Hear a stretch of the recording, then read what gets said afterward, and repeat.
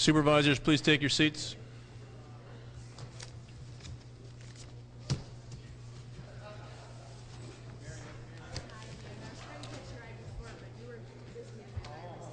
All right.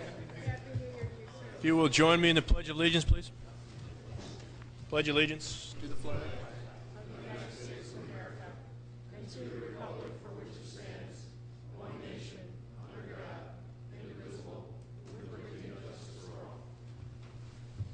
Thank you. Roll call of supervisors.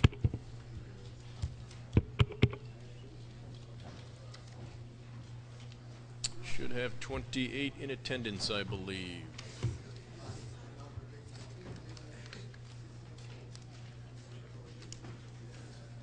Supervisor Brunig and Supervisor Grady, maybe?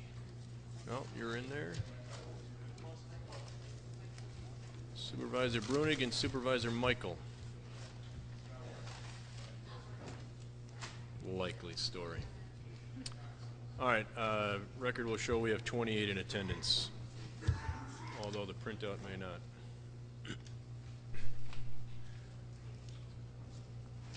Citizen comments. At this point, we will open the meeting up to citizen comments. Anyone wishing to address the board, you'll have 5 minutes to speak. I'll need your name and address. Please speak loudly into the microphone. Good evening, and Happy New Year to you all. My name is Louis Regani, and I live at 4526 29th Avenue. That's in the city of Kenosha. I want to emphasize that for reasons that'll become clear. The concept, I'm a transit advocate, was a former commissioner on the City Transit Commission, and was even a bus driver for 5 years for the city of Kenosha.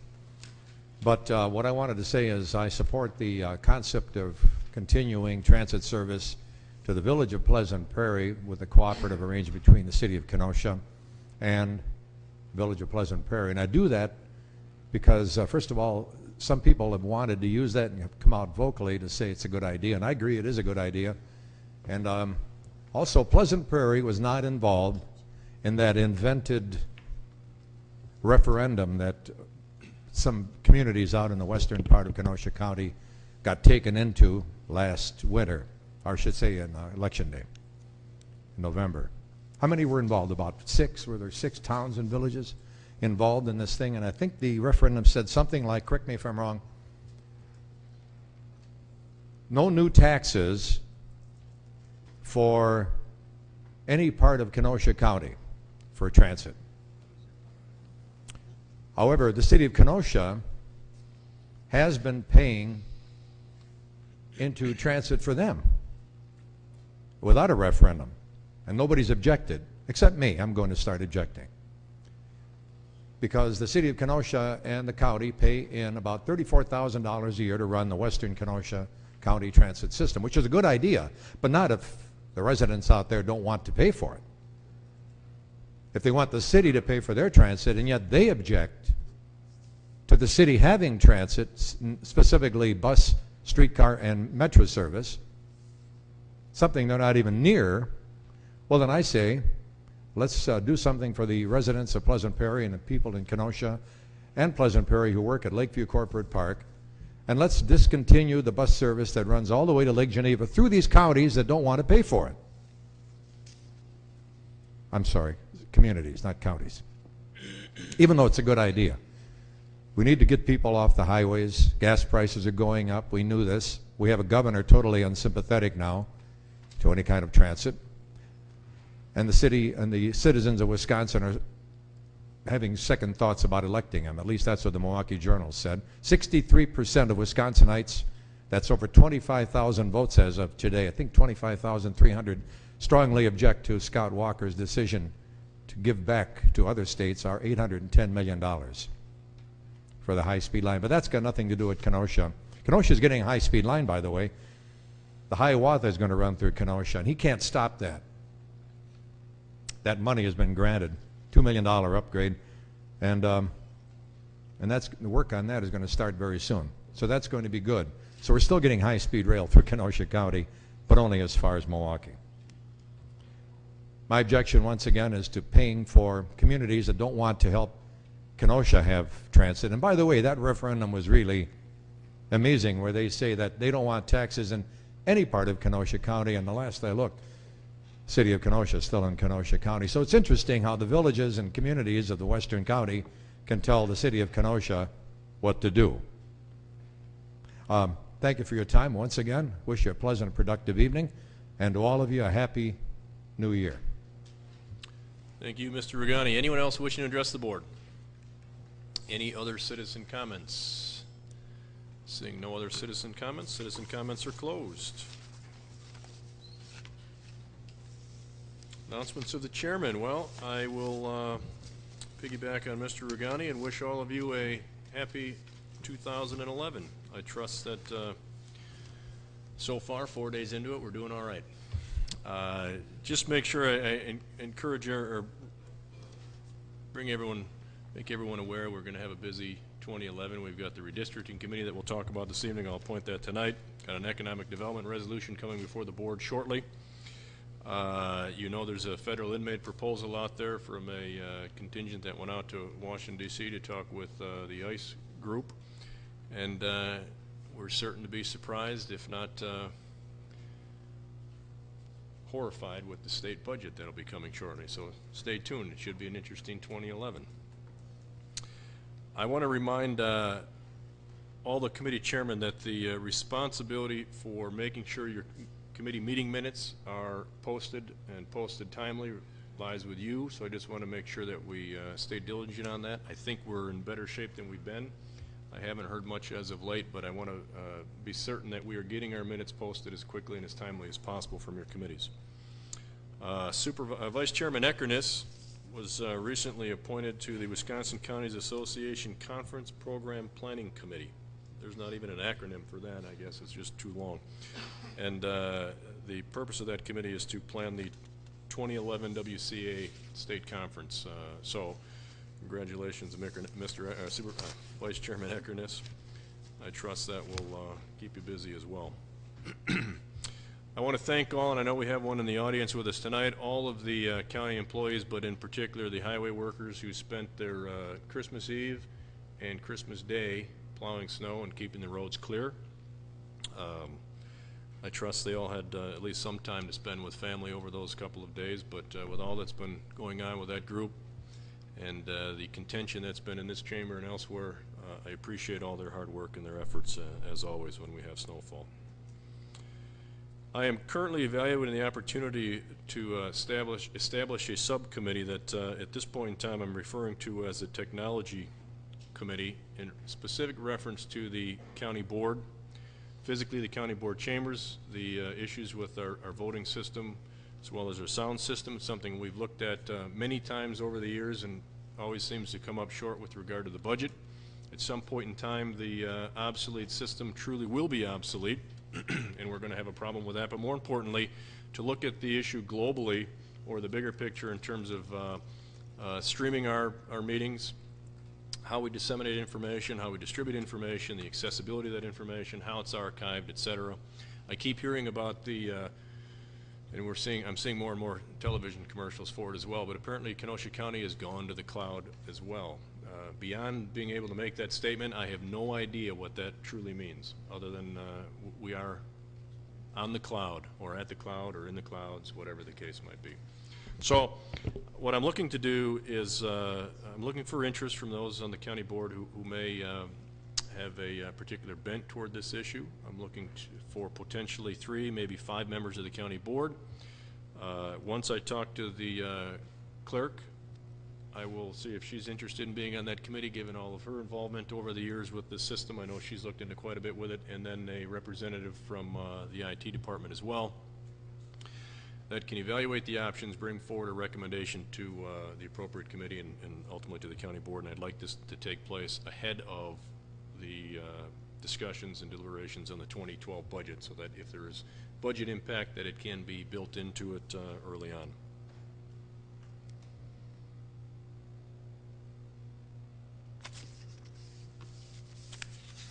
Specific announcements, that is all that I have, other than the redistricting committee appointments.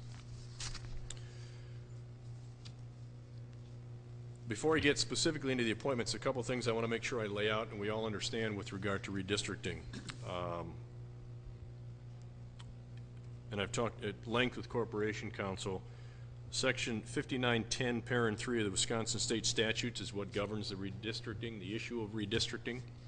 I'm required to appoint in January, not specifically, but within a time frame appropriate to the first part of the year, a redistricting committee made up of county board members. I want to point out that if you go back to, this issue came up certainly since I've been on the board in the census of 2000. In 2006, the Corporation Counsel, I think he produced hundreds of pages on the issue of redistricting, the issue of county board size. There was plenty of historical data, as you might expect from an attorney, relative to county government. I will make all of that available. I'm going to send those links to the county clerk, maybe yet this evening, but certainly tomorrow morning, and ask her to send them out to everybody. I would urge you to take a look at the documentation that's been produced previously with regard to the redistricting. But specifically tonight, what I want to talk about is the timeline as it's dictated in the state statute. The federal census should be printed and available sometime around April. The county board will have 60 days, but no later than July 1st, to come forward with a tentative redistricting plan. The redistricting committee will bring that forward to the county board. We'll have proposed tentative county supervisory district plan with tentative boundaries. A preliminary plan then is distributed to the municipalities within the county for them to form their own new tentative political boundaries. They will also have 60 days to do that. And they'll be required to operate under Section 515 of the Wisconsin statutes. Once the municipalities return their tentative maps and revised wards, the county board will again have another 60 days to evaluate those plans, hold a public hearing, and ultimately adopt a final supervisory district plan. All of that, again, resides within the purview of the redistricting committee, which comes forward as a recommendation to the county board. Ultimate ratification is by the full board. Corporation Counsel, in my discussions with him over the past several weeks, months on this issue, continually points out to me, as we know, that there's been a great deal of litigation, legislation on the issue of establishing political boundaries. So, you know, there's a significant number of rules that have to be followed. You'll see a lot of this information in the documents that I will send you the links for that Corp Counsel's prepared previously. They have dedicated, they being Corp Counsel, incidentally, Frank called me tonight. He's not feeling well. Had some minor dental work done today, surgery, I believe, that has got him on his way home, so he won't be here this evening. They have committed Corp Counsel, Assistant Corporation Counsel Joseph Cardamone, I believe is the way you pronounce that, to work specifically with the county board and the redistricting committee on this issue. And of course, as in the past, I'm sure there'll be significant involvement from Land Information Office. UW Extension was involved last time, and there'll be a significant number of maps and alternatives that'll be looked at through this committee as they move forward. Committee will be required to generally work within the rules of the county board, conducting all meetings in accordance with the open meetings law. You know, I'm going to urge across the board, transparency is key throughout the process. All the meetings will have to be publicly noticed as any meeting of a standing committee of the county board or an appointed committee of the county board. There will be a redistricting, county redistricting and focus conference in Stevens Point on the 24th. I have 2 slots currently slated for that particular conference, 24th of this month. That is being put together by the Wisconsin Counties Association, that I will expect 2 members of that committee to attend. The appointments for that committee, Vice Chairman Eckerness, I'm recommending he be the chairman of that committee, the redistricting committee. Supervisor Aaron Decker, Supervisor Joe Clark, Supervisor John O'Day, and Supervisor Bill Michael are the 5 committee members. You'll note this is up from the 3 that we had in previous years, or I say at least in the previous one that I was around for, which is 2000. This is a makeup that has 3 county supervisors, 2 city supervisors. Of the 3, 2 are west of 94, 3 are east of 94. 1 is out of Pleasant Prairie, 2 are the west end, the other 2 again are in the city. So I feel very strongly that this is a good makeup and one that I expect will carry out the duties of that committee as set forth by state statute. So with that, those appointments are made, and I would expect that committee to begin to organize as quickly as possible. Supervisor reports. Supervisor Grady. Thank you, Mr. Chairman. Building and Grounds had their January meeting this evening, and just to touch upon a few issues that were discussed, we looked at the Pringle Center building roof repair, which is in the process of being done. It's not completed yet, but it's on our docket, and we're looking at that. We did have a repair that's been affected on the Anderson roof. It's a thing that should last at least several years before we can attempt a roof project on that, perhaps sometime in the future. Noteworthy, of course, is the ongoing restoration of the courthouse and Molinaro buildings. The bids were opened the 10th of last month, December 10th, and the low bid came in at $4.8 million. The $1 million that was considered to do the windows is not in that budget, so we're taking a look at $4.8 million to do the phases of that. The highlights include 90% of the labor will be from Wisconsin local unions. The workers working on the Courthouse and Molinaro project will be Wisconsin local workers, and the material will be mostly from Wisconsin as well. It'll be right here in our home state. Another item of interest is we did secure a 5-year labor and material warranty on this project. I don't know if this has been done in the past, but it's one of the things as a committee we're looking at for future projects to have some degree of culpability, some degree of warranty that these large capital projects will not be anything other than first rate. In other matters, the victim witness remodeling area, which is in the basement of the existing courthouse, it's where the old IT used to be, is done. It's available for use now. I don't believe the DA has gotten set up over there yet, but it's ready to go. And those are the high points of my meeting. Thank you for your attention. Oh, one final thing. February 1st, we'll have our next meeting, 6 p.m. at Brookside. I encourage all interested parties to attend. Thank you. Supervisor Grady, if I may, the $4.8 million was for both projects? Correct. And that is inclusive of alternates? Includes, other than the windows? Includes all the bid alternates other than the windows. Windows are not included, they're excluded. Okay. And if I could please get a breakdown of the bid tab, if you don't mind. Say again now? I'd like to have a breakdown of the bid tab sent to me. Sure. When you have time or can direct someone to do that. Thank you. Supervisor Rose. Mr. Chairman, I would like to request you to refer an issue to the Building and Grounds Committee, namely the parking around the courthouse. I've received numerous complaints from people who are employed here, but I've also received numerous complaints from people who do business at the courthouse, be they a witness in a case or a client, plaintiff or a defendant in a case, that there is just inadequate parking on a longer term than 1 hour. The parking ramp is generally filled around 8 o'clock, sometimes before 8 o'clock. The parking lot next to the parking ramp is often filled as well.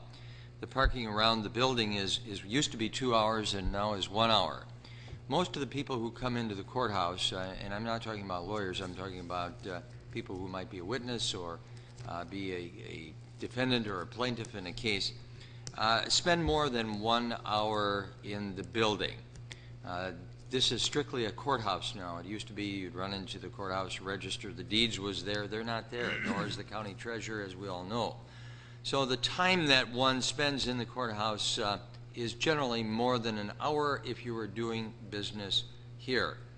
I would like to have the Building and Grounds Committee take a look at that issue of parking, and which I think is going to even be more aggravated when the construction or the work is being done on the renovation of the exterior of the courthouse building. This may very well affect some of the parking spots around this building. We need to take a look at that that parking issue from both the employee perspective as well as the general public. Thank you. Supervisor Rose, thank you. I will say this: the issue came up here before the holidays, anyways. I did make a call to Judge Wagner.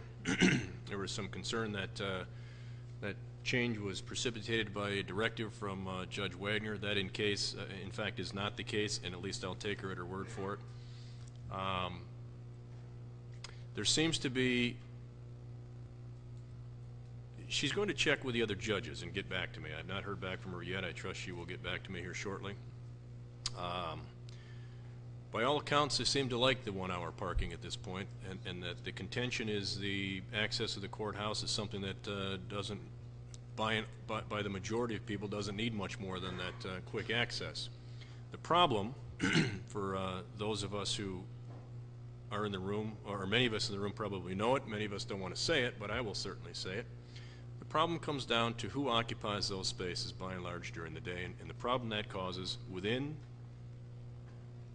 the buildings and our employees here in Kenosha County. When I have to hear that the parking attendant comes by or around the county buildings and emails get blasted out countywide by employees or others, tipping everyone off that the parking attendant is out there, so those who park in the short-term parking rush out, and I'm talking about employees, to move their car, that's a problem. If the 1 hour parking solves that, I'm good with it all day long. Because clearly the message isn't getting across that the parking in front of the building is for our customers. If you come to my office building, the whole front row says visitors. Employees don't park in the front row. That's the way it ought to be here. Our customers are the public. They ought to have access to our buildings. They ought to have easy access to our buildings. And if the access means that we have employees who are letting each other know when the parking attendant is on the corner so they can move their car on the other block, that isn't right. With that, I'll ask the Building and Grounds Committee to take a look at that issue, but and I will share with you whatever I hear from Judge Wagner as soon as she gets back to me. Thank you. Supervisor Clark.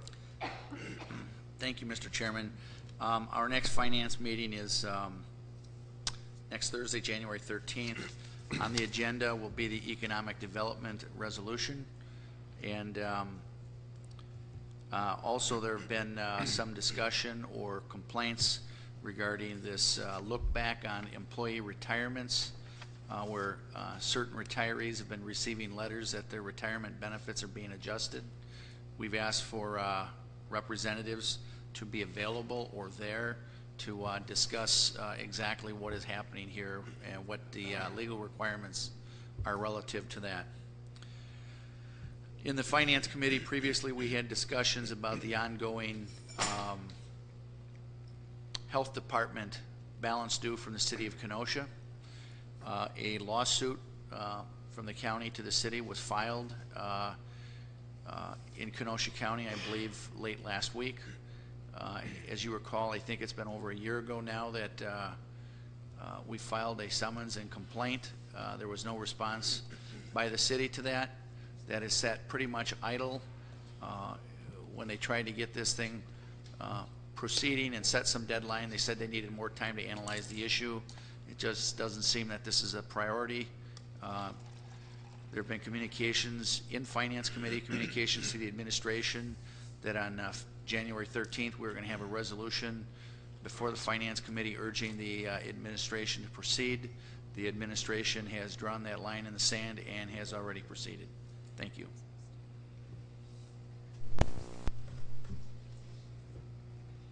All done? Yes. Thank you.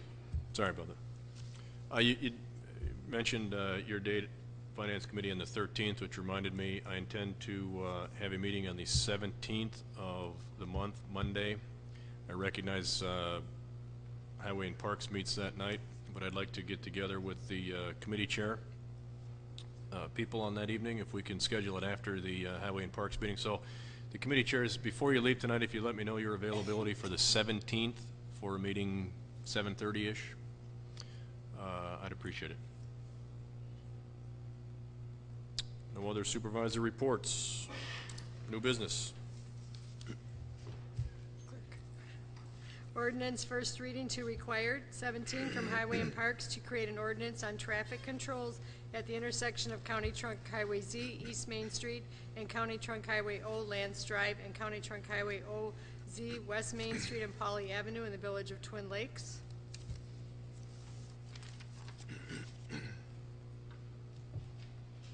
Resolution 1, reading 92 from Supervisor Joseph Clark, a resolution recommending that the number of county board supervisor districts be reduced to 21, submitted by Clark, Rose, Noble, Frunig, Decker, O'Day, who's that? Oh, and Mark Molinaro. Sorry, I couldn't read For the your record, I didn't just sign it, Mark, I don't believe. No, I'm sorry. I will, as within county board rules, refer this to committee, but before I do that, I'm going to address a couple of issues. And those issues, quite honestly, are some of the rumors and accusations that are out there with regard to the timing of this resolution. And they're not many. There's a couple, but before it turns into something much bigger than it needs to be, I want to address it. The accusation is that the timing of the resolution is intended as a smokescreen or distraction from the question of county board supervisor compensation. And you know, I received an email that stated that the resolution to downsize the county board just added fuel to the fire of distrust, and that 6 members who signed on to the resolution all get county insurance. So we can certainly read whatever we'd like into any issue that comes before the board, but let's talk a little bit about the issue of redistricting and county board size with regard to its timeliness. I see this as timely an issue as any that have ever come before the county board. This is the only opportunity that we have to address the issue of redistricting and county board size. We have one opportunity between censuses, and it is before us. I don't know how much more timely that can get. Corporation Counsel's recommendation that an appointment in January, if I quote him, is very timely. That is what I did this evening, and that committee will start its work quickly. Some say that the county board is anything but timely on this particular issue. I don't know about you, but certainly I've campaigned for an awful long time, and every time I'm out there, I hear more and more that the county board needs to downsize. If you look across the state of Wisconsin, irrespective of the fact that I believe the state has more representation on its local boards, committees, county boards, common councils than any state in the union. If I'm incorrect, there aren't many above us. There are counties across the state of Wisconsin who have addressed the issue of county board size. I'm not suggesting they've all downsized, but they've certainly addressed it in much more depth and much more detail than Kenosha County has. So I say not only is the issue timely, we're late. We're behind the curve on it because I don't, in my opinion, and I've said this for years now, we haven't adequately addressed the issue that has been set before us and asked us to address it. And if we don't, the taxpayers have the ability to go to referendum and force our hand. So I would suggest that it is timely, and now is the time to do it. For those who would say that the resolution was a calculated orchestration to bring the issue forward, I would say you're correct, and you should once again take stock of the procedure that was used to introduce the resolution. I've talked at length about this with Supervisor Clark, many others over the years. As chairman, I asked Supervisor Clark to introduce the resolution. He did so, sent it to the county clerk, asked the clerk to send a notice out to all on the county board that if it was there, if you're interested in signing it, you should stop by and do so. All of it done in such a way that negated any potential for a walk-in quorum, addressed directly the issue of orchestrating anything or smoke screening anything. So I don't know how much more responsive Supervisor Clark could have been in the way that he handled it, but I think it was handled correctly and certainly disposes of any potential issues that one might suggest are in play. So I'd urge all the conspiracy theorists on the board not to confuse hard work and the advancement of ideas or the agenda I publicly detailed when I ran for the position of chairman as a conspiracy. There is nothing that I didn't make public when I campaigned to get reelected. Nothing I didn't make public that I was interested in pushing forward in this county board when I ran for chairman. Nothing was left untold. So you know this is an issue that I intended to bring forward. It is now before you. It's before you in a timely manner. The resolution is intended to create an opportunity for dialogue. This is a resolution for a recommendation of the redistricting committee. It's very much in line with what we do every budget, with a budget resolution, advisory resolution to where we'd like to see the budget come in. We've been doing that for, I believe, 6, 8 years now. It is very much in line with what many in this county board have been asking for with regard to input, county board input to the negotiating process with our labor groups. We've asked Frank, we've had committee of the whole meetings here, wanting to have more dialogue, more input ahead of getting the issue here in the county board floor to vote on. So now we bring that forward, and the criticism is that it's somehow a smokescreen and it's an orchestration. I just don't understand it. Finally, as chairman of the county board, I outlined a number of issues, as I mentioned, that I intended to address under my tenure, and redistricting in the county board size is certainly one of them. I can't control who signs on to the resolution. I would hope you would all sign on to the resolution, not because the number or the language in the advisory resolution makes sense to you today, but because the concept makes sense to you. The concept of providing some direction to the redistricting committee, so when it comes back to the county board for a vote, this body has had a say in it. We have a sense of what's coming, and we're prepared to act on it, and prepared to act on it in a timely manner.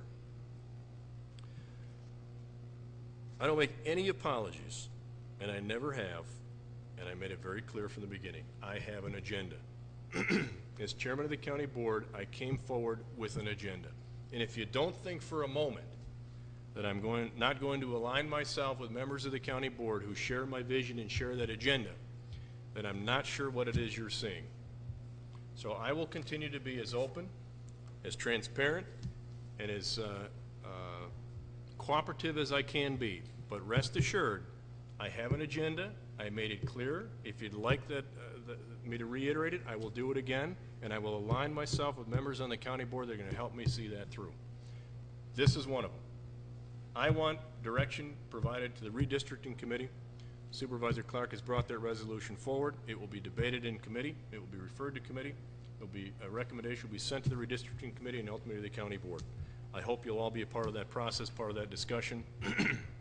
I can't control what you think are conspiracies or orchestrations. None of that is here, and it hasn't been. With that, I'm going to refer this issue to the legislative committee as well as the finance committee. And I say the finance committee today in consultation with Corporation Counsel. It is his recommendation. The finance committee have, based on the potential for financial impact with regard to the changing the county board, I'll go along with his recommendation. For me, the more the merrier, I guess. If we have 10 members of the county board taking a look at it rather than 5, I've always advocated for that. So I will refer this issue to the legislative committee and the finance committee, and I trust the two of you will get together and schedule whatever meetings are necessary. Communications. Communications.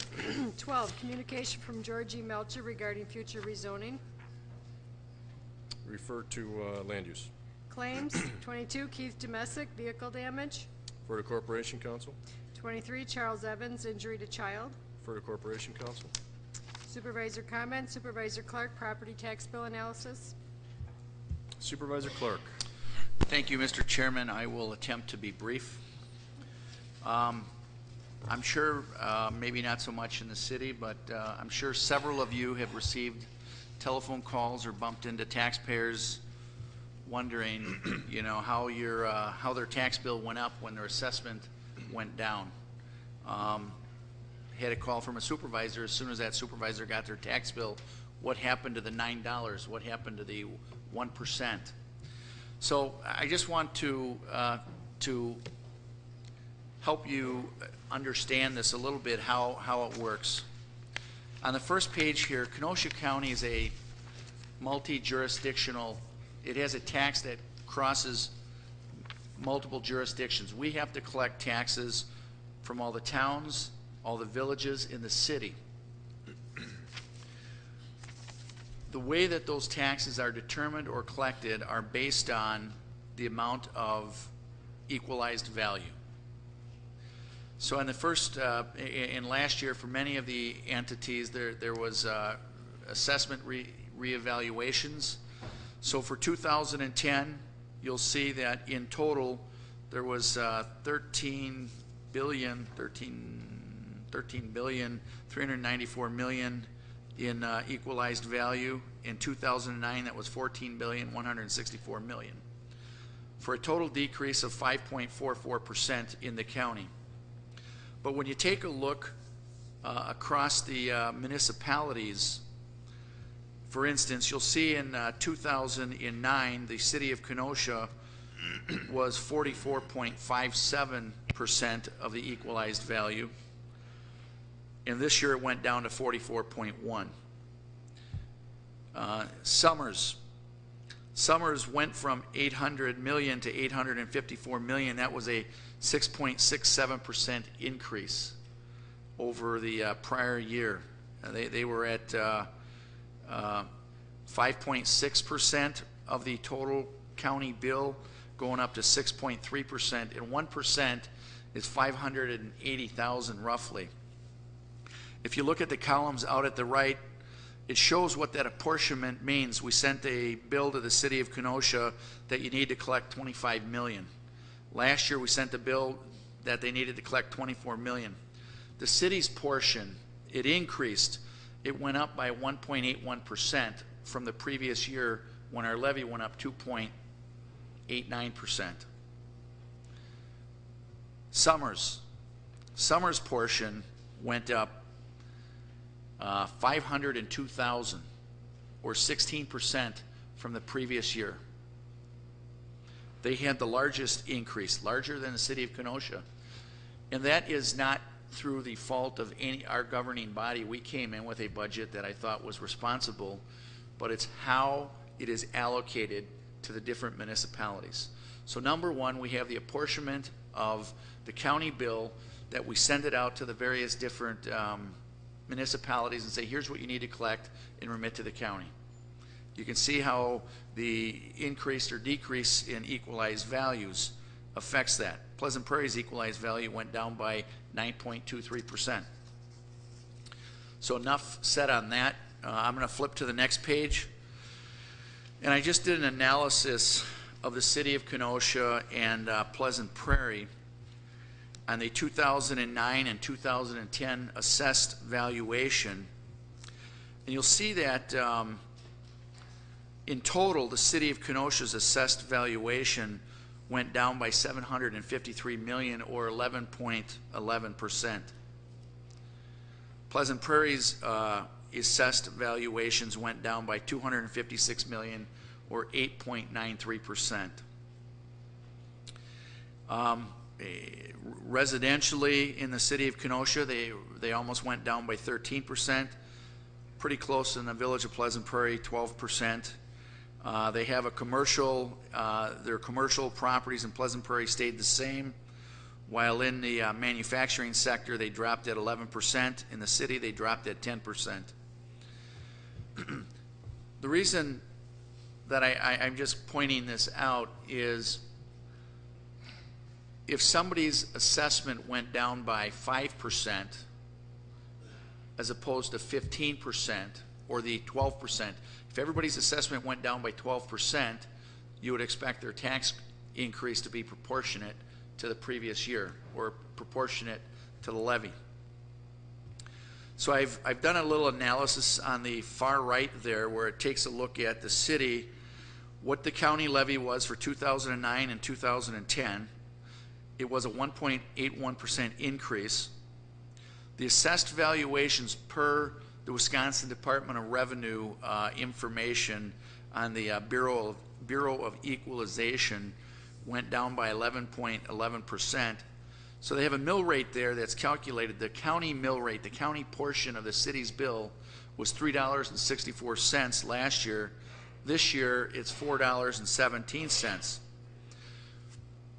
That mill rate is calculated by taking the county levy divided by the assessed value for both years. So while their taxes only went up 1.81%, their mill rate went up 14.5%, and that has largely to do with the drop in the property values. Again, the assessed values are only a method for allocating taxes across the various different taxpayers.